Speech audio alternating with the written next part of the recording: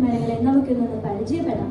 മത്തായി എഴുതിയ സുവിശേഷം 21-ാം അധ്യായം 19-ാം വാക്യത്തിലെ വഴിയോരത്തെ ഉണങ്ങിയ അത്തിയും, ലൂക്കോസ് 13-6 മുതൽ 9 വരെയുള്ള ഭാഗത്ത് കാണുന്ന മുന്തിരിത്തോട്ടത്തിലെ അത്തിമരത്തെയും രണ്ട് സഞ്ചാരികൾ അവരുടെ യാത്ര മധ്യേ കാണുമ്പോൾ അവരുമായുള്ള സംഭാഷണമാണ് ഇന്നിവിടെ ഞങ്ങൾ അവതരിപ്പിക്കുന്നത്. ഈ മരങ്ങളുടെ ജീവിതങ്ങളുമായി നമുക്ക് എന്തെങ്കിലും സാദൃശ്യമുണ്ടോ എന്ന് ഈ ഉപമാതരണത്തിലൂടെ ഒരു ആത്മപരിശോധന നടത്താം. വേഗം നടക്ക്, ബിരിയാണിക്കുള്ള ബസ് ഇപ്പോൾ വരും. ജുവൽ, എനിക്ക് വല്ലാതെ വിശക്കുന്നു. കയ്യിൽ കഴിക്കാൻ എന്തെങ്കിലും ഉണ്ടോ? നമ്മൾ ഇപ്പൊ തന്നെ ഡബിൾ ചീസ് ബർഗർ കഴിച്ചത്. ഇത്ര വേഗം വിശപ്പാൻ പറഞ്ഞോ? എനിക്ക് വിശക്കുന്നില്ലല്ലോ. പെട്ടെന്ന് നടക്കേടുവേ.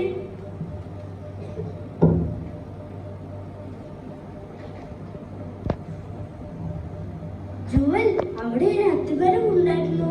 നമുക്ക് അവിടെ പോയി അതിൽ നിന്ന് പഴം പറിച്ച് കഴിക്കാം. ശരി, എന്നാൽ വേഗം നടന്നു വാ. ജുവൽ, ഞാൻ കഴിഞ്ഞ വർഷം യെരുശലേമിൽ നിന്ന് മടങ്ങി വരുന്ന വഴി ഈ അത്തി തഴച്ച് നിൽക്കുകയായിരുന്നു. പക്ഷെ ഇപ്പോൾ ഇലകളും കൊഴിഞ്ഞ് മരം ഉണങ്ങിപ്പോയിരിക്കുന്നു. എന്തായിരിക്കും പറ്റിയത്? നമുക്ക് അത്തിയോടെ തന്നെ ചോദിക്കാം. അതെ, നമുക്ക് അത്തിയോടെ തന്നെ ചോദിച്ചറിയാം. അത്തിമരമേ, നിനക്കെന്തോ പറ്റി? കഴിഞ്ഞ വർഷം നീ തഴച്ചു പുഷ്ടിയായി നിന്നതാണല്ലോ. പക്ഷെ ഇപ്പോൾ എങ്ങനെ ഉണങ്ങിപ്പോയി? നിന്റെ ഫലങ്ങളൊന്നും കാണുന്നില്ലല്ലോ. നിനക്കെന്തോ സംഭവിച്ച്?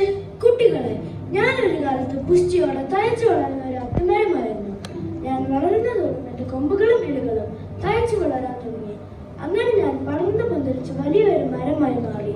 പക്ഷേ എന്താണെന്ന് പക്ഷെ പിന്നെ നിർത്തിയത്? കുഞ്ഞുങ്ങളെ, അതൊരു വലിയ കഥയാണ്. ഞാൻ തഴച്ചു വളർന്ന് വലിയൊരു മരമായി മാറിയപ്പോൾ അഹംഭാവം എന്നിൽ വർദ്ധിച്ച് ഫലം കഴിക്കുന്നത് മറന്നുപോയി. ഞാൻ എന്റെ പുറമേയുള്ള സൗന്ദര്യത്തിൽ അഹങ്കരിച്ച് നിൽക്കുമ്പോഴാണ് നസറായത്തുകാരനായ യേശു ഈ വിജയം വരുന്നത്. യേശു എൻ്റെ അടുത്ത് വന്നപ്പോൾ കൊടുക്കാൻ എന്നിൽ ഫലമൊന്നും ഉണ്ടായിരുന്നില്ല. എന്നിൽ ഫലങ്ങളൊന്നും ഇല്ല എന്ന് കണ്ടപ്പോൾ യേശു, ഇനി നിന്നിൽ ഒരു നാളും ഫലം ഉണ്ടാകാതെ പോകട്ടെ എന്ന് എന്നോട് പറഞ്ഞ് എന്നെ ശപിച്ചു. അപ്പോൾ തന്നെ ഞാൻ ഉണങ്ങിപ്പോയി. കേട്ടിട്ട് മയമാകുന്നു. തക്ക സമയത്ത് ഫലം കായ്ക്കാതിരുന്നാൽ എല്ലാ മരങ്ങൾക്കും ഇങ്ങനെ സംഭവിക്കുകയാണ്. അതെനിക്ക് അറിയണം. പക്ഷേ ഞാൻ ഒരിക്കൽ പാർശ്വപക്ഷം പറയുന്നത് കേട്ടിട്ടുണ്ട്. ആത്മാവിന്റെ ഫലങ്ങൾ നമ്മളെ കണ്ടിട്ടില്ല എങ്കിൽ നമുക്ക് രാജ്യത്തിൽ പ്രവേശിക്കാൻ കഴിയില്ല എന്ന്. എന്തായാലും വേറെ എവിടെയെങ്കിലും അതിപ്പഴങ്ങൾ ഉണ്ടോ എന്ന് നോക്കാം. നോക്കിക്കേ, മുന്തിരിത്തോട്ടത്തിന്റെ നടുവിൽ തഴച്ചു നിൽക്കുന്ന അത്തിമരത്തിനെ കണ്ടോ? എവിടെ? അതാ അവിടെ. ചുറ്റും പടർന്നു കിടക്കുന്ന മുന്തിരിവള്ളികളുടെ ഇടയിൽ തഴച്ചു നിൽക്കുന്ന അത്തിമരത്തിനെ കണ്ടോ? എന്തൊരു അത്ഭുതം! വേഗം നടക്ക്, അവിടെ ഉറപ്പായിട്ടും പഴങ്ങൾ കാണും. പക്ഷെ ഇതിലും അത്തിപ്പഴങ്ങൾ കാണില്ലല്ലോ. നമുക്ക് അത്തിയോടെ ചോദിക്കാം. അത്തിമരമേ, നിന്റെ കൊമ്പുകളെല്ലാം അടർന്ന് പന്തലിച്ച് ഇലകളും എല്ലാം പച്ചയോടെ നിൽക്കുന്നത് കണ്ണിന് എന്തൊരു ഭംഗിയാണ്. നീ ഇത്ര പച്ചപ്പോഴും പുഷ്ടിയോടെ നിൽക്കുന്നത് കൊണ്ടാണോ? കുട്ടികളെ, ഞാൻ ഈ മുന്തിരിവള്ളികളുടെ ഇടയിൽ നിൽക്കുന്നത് കൊണ്ട് എനിക്ക് ആവശ്യമുള്ളപ്പോൾ വെള്ളവും എന്റെ പുഷ്ടിക്ക് എനിക്ക് ആവശ്യമുള്ള വളവും നൽകി എന്നെ എന്റെ തോട്ടക്കാരൻ സ്നേഹത്തോടെ പരിപാലിക്കുന്നതിനാലാണ് ഞാൻ ഇവിടെ പുഷ്ടിയായി നിൽക്കുന്നത്. എന്നിട്ടും അത്തിമരമേ, നിന്നിൽ ഒരു ഫലം പോലെ എന്താ കാണാത്തത്? നമ്മൾ നടന്നു വരുമ്പോൾ വഴിയിൽ ഒരു ഫലം കായ്ക്കാത്ത ഉണങ്ങിപ്പോയി അത്തിമരത്തിനെ ഇപ്പൊ കണ്ടതേ ഉള്ളൂ. കുട്ടികളെ, എന്നെ അവിടെ നട്ടു വളർത്തിയിട്ട് 3 വർഷമായി. ഈ 3 വർഷം എൻ്റെ തോട്ടക്കാരൻ എനിക്ക് വേണ്ടതെല്ലാം നൽകിയിട്ടും എനിക്ക് ഫലം കൊടുക്കാൻ കഴിഞ്ഞിട്ടില്ല. യജമാനൻ വന്നപ്പോൾ എന്നെ വെട്ടിക്കളയാൻ എൻ്റെ തോട്ടക്കാരനോട് പറഞ്ഞിരുന്നു.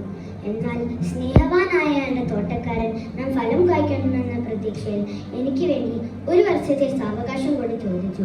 അതുകൊണ്ട് തോട്ടക്കാരൻ്റെ കരുണയാലാണ് ഞാൻ ഇവിടെ നിൽക്കുന്നത്. അടുത്ത ആണ്ട് തീരുന്നതിന് മുമ്പ് തോട്ടക്കാരനെ നിരാശപ്പെടുത്താതെ എനിക്ക് നിറയെ ഫലം കായ്ക്കണം, അല്ലെങ്കിൽ യജമാനൻ വന്നെ വെട്ടിക്കളയും. പ്രിയ കുഞ്ഞുങ്ങളെ, ഈ മരത്തിന്റെ പച്ചപ്പും പുഷ്ടിയും പോലെ നമ്മുടെ പുറമെയുള്ള സൽപ്പേരും സൗന്ദര്യവും ലോകത്തുള്ളവരെ ആകർഷിച്ചേക്കാം.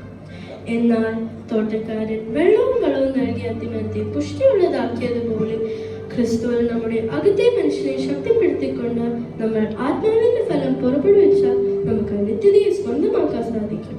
ക്രിസ്തുവാകുന്ന മുന്തിരിവള്ളിയോട് ചേർന്ന് നിൽക്കാതെ തനിയെ നിന്ന് ഫലം കായ്ക്കാൻ നോക്കിയാൽ നമ്മൾ ഉണങ്ങിപ്പോകുകയും വെട്ടി മാറ്റപ്പെടുകയും ചെയ്യും. പ്രിയ ദേവസഭേ, നിങ്ങൾ ക്രിസ്തു ഇല്ലാതെ ക്രിസ്ത്യാനിയാണോ ജീവിക്കുന്നത്? ആഴ്ചയിൽ 6 ദിവസം രോഗമുഖങ്ങളിൽ നടന്ന ക്രിസ്തുവിൽ ഫലം കായ്ക്കാത്ത വെറുമൊരു വെള്ളിയാഴ്ച ക്രിസ്ത്യാനിയായിട്ടാണ് നിങ്ങൾ ജീവിക്കുന്നത്.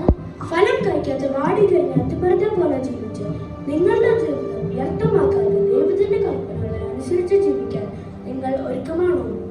നിങ്ങൾക്ക് ഇതുവരെ ക്രിസ്തുവിൽ ഫലം കഴിക്കാൻ കഴിഞ്ഞിട്ടില്ലെങ്കിൽ ഇന്നു മുതൽ നിങ്ങളെ അതിനായി ആഗ്രഹിക്കുന്നുണ്ടോ?